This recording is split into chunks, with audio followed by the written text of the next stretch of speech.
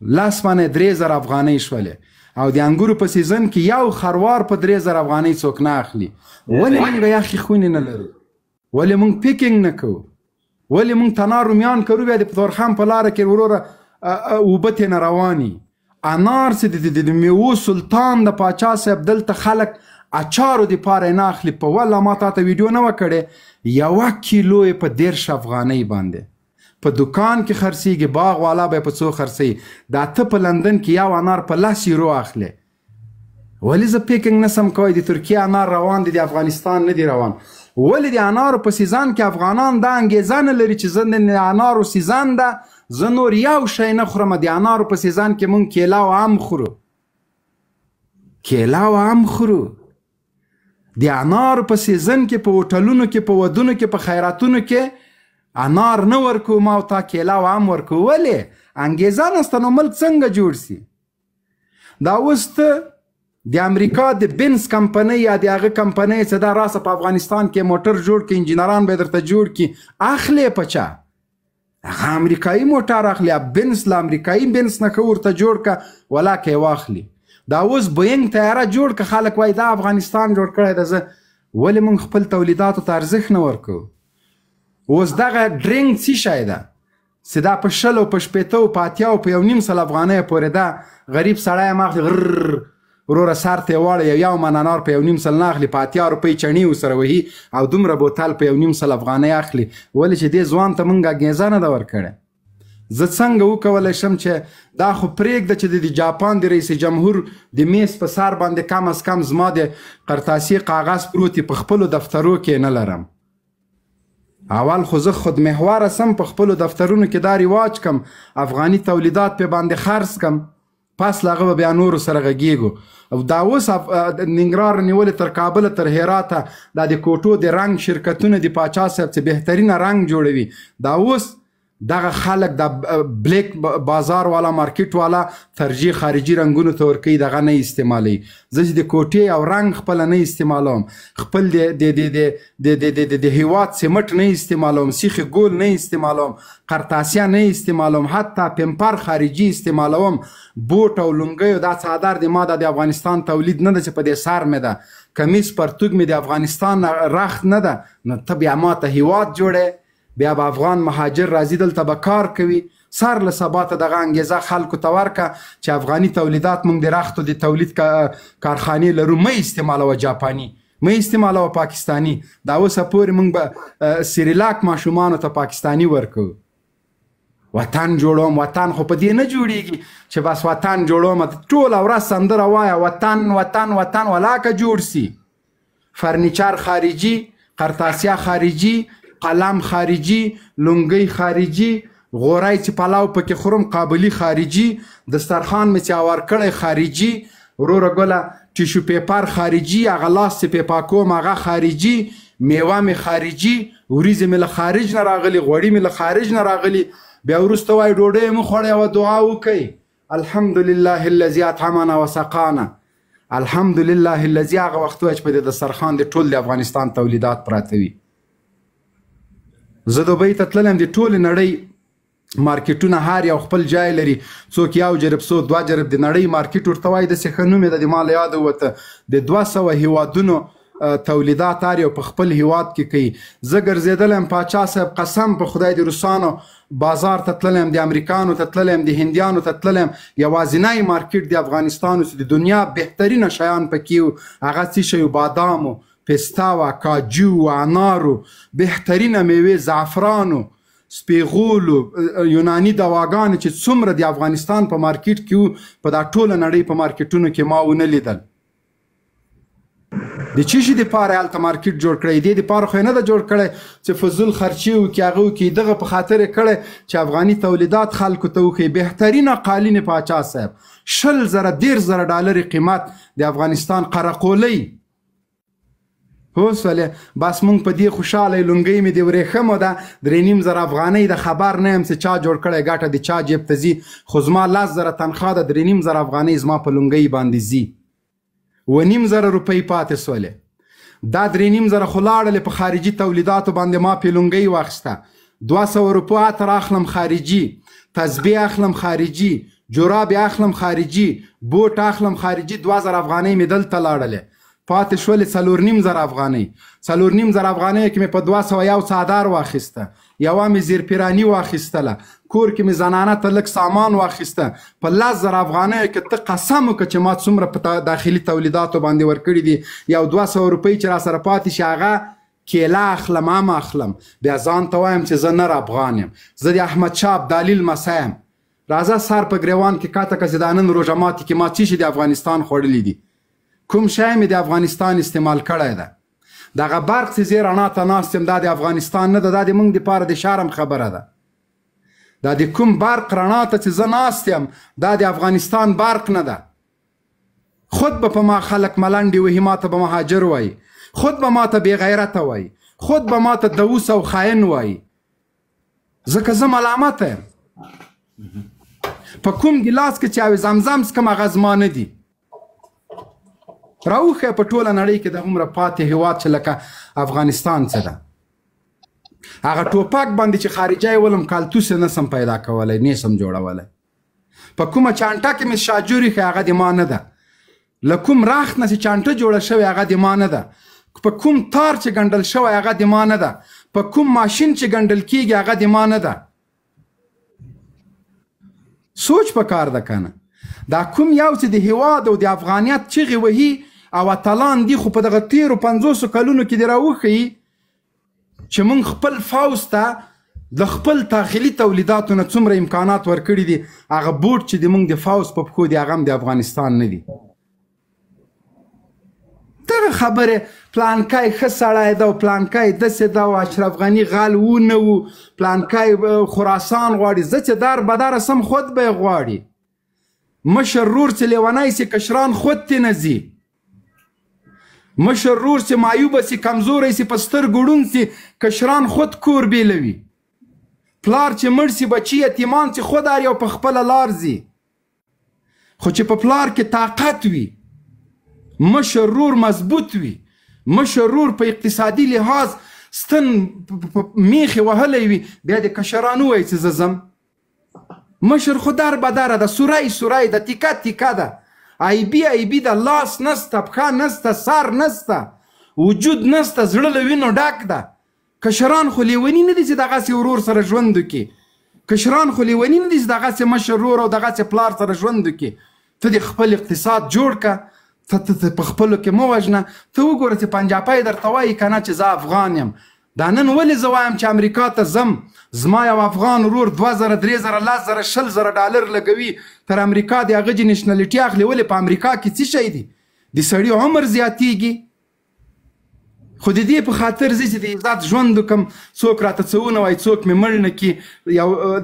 د افغانستان په لحاظ که زه 4 ساعته کار کوم، 2 بچي نسم ساتلی، هلته 600 کار کوم، 4 کوره پې ساتم. ته راجګ شه، دا اقتصاد جوړ که، ته دا هیواد جوړ که، ته د هیواد روغتونونه جوړ که.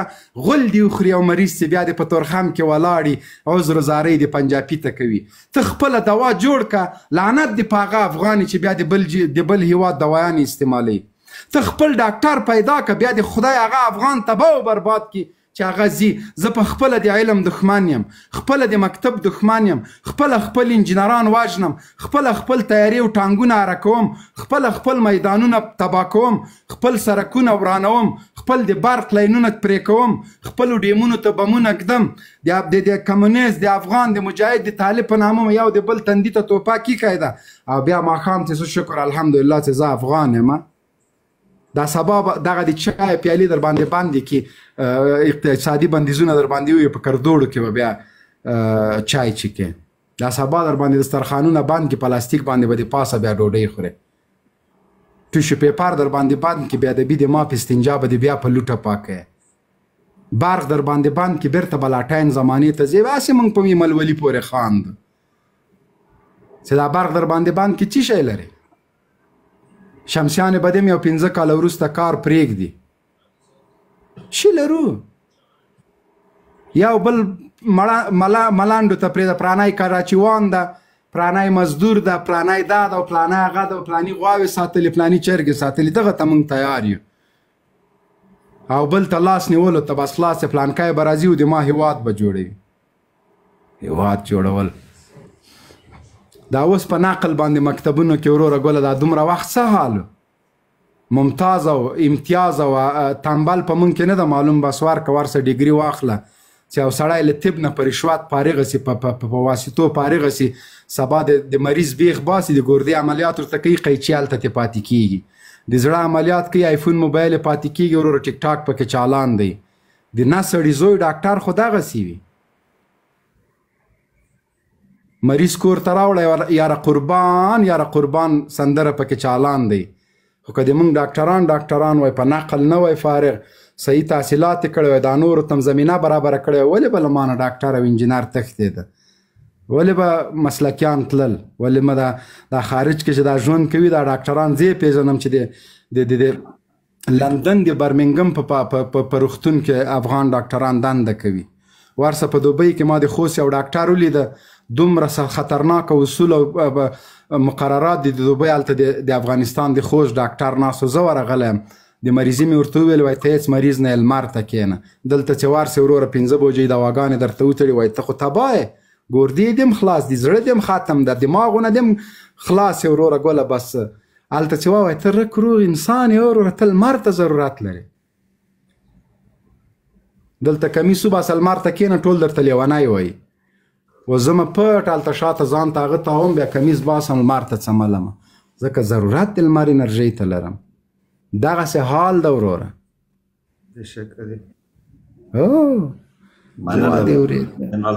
دغه کوم دوستان چې راغلي دي دغه ته به لنډ نوبت ورکړو پاچا صاحب تاسې که خبرې کول غواړئ مهرباني وکړئ ورور ما خبرې کړې دي وروره ما خو خبرې کړې دي مهرباني ډېره مننه موبین صاحب د ملي احساس نه دی والله داسې خبرې دې وکړې چې سړی پکې هېڅ دا کولی نه شي لکه ټولې د جوړ خبرې ټولې د وطن ته موډریټور او جنرال صاحب موډریټور د ماته 15 دقیقې راکړي زه د مازدیګر لمانځه وخت دی دا لمونځ کوم نور رانه تېرېږي بیا اسلام پاله لمونځ وکړه زه ده خیره تاسې بس خپل ګپ لګوئ زه کیمره بندوم نو داسې دا چې جنرال صاحب کومې خبرې وکړې بالکل د جوړ خبرې د وطن د آبادۍ خبرې دي جنرال صاحب بدبختي همدلته ده چې موږ په وطن کې ډېره خوشحاله یو چې دا د جاپان مال دی دا چینایي مال دی دا امریکاني مال دی دا د کاناډا مال دی هغه په انګلیش کې ورته ډسپوزیبل و یو برمصرفه خلک یو که نه تعمیري سوچ موږ او تاسې نه لرو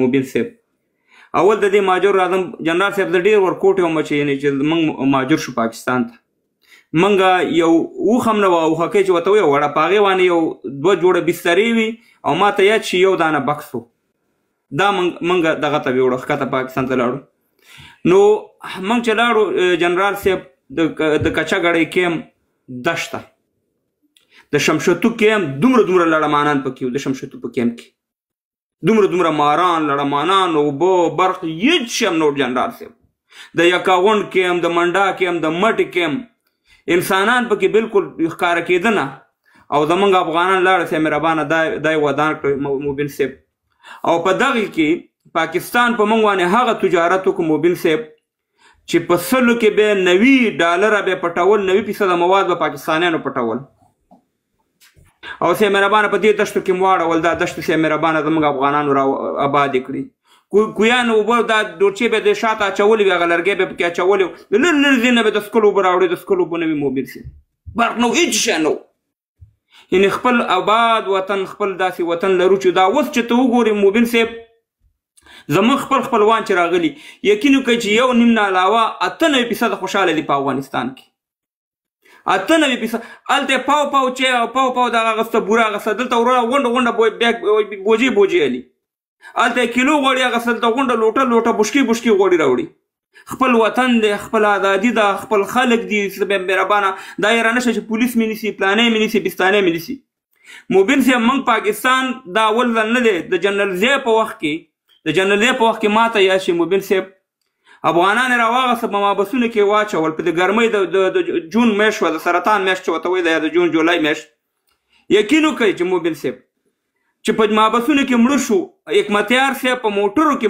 مړي واچول او صاحب مهربان اسلام آباد ته یې ویوړه ضیاء الحق ته په اسلام آباد ته یې ویوړه چې دا وګوره تاسو زموږ افغانانو سره څه حل اغوستې بیا د هغې نه وروسته چې د چا به په کور په سر په پاکستان کې نیولو بیا سې مهربانه یعنې دا د مهاجرو سلسله اوسنۍ نه ده موبین صاحب او بدبختي دا ده موبین صاحب چې زمونږ اوس دغه غریب خلک راشړي سرمایهداره دي ځان سره ساتي اوس که زمونږ سرمایهدار موبین صاحب وطن ته راشي او د وطن خپل آبادېږي ځکه هغه ځان سره کارخانه راوړي هغه ځان سره اقتصاد راوړي هغه ځان سره پاکستان یو داسې سیاست کوي چې سرمایهدار له څه نه وایي هغې له پاسپورټ هم جوړ کړی هغې له شناختی کارت هم جوړ کړی هغه ښه پېژني داسې نه چې نه یې پېژني مګر همدا غریب خلک زموږ په خلاف باندې موبین صاحب استعمالوي او تر څو پورې به دا روانې دا سلسله به روانې موبین صاحب اوس دلته خبر راځي چې حکومت هم څه کوي که نه کوي اوسنی حکومت اسلامي امارات هم د دغه افغانانو په باره کې څه برنامه لري و دا خلک خو دا پاکستان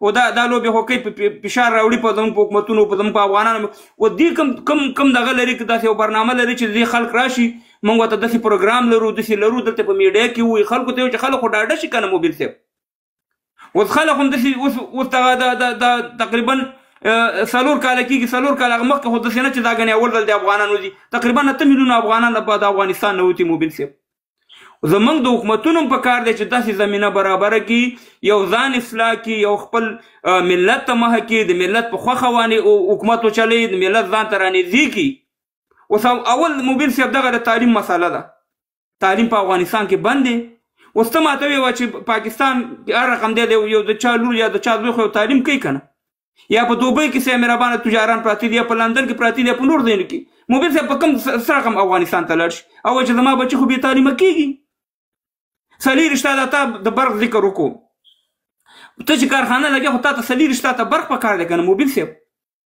نو خو دغه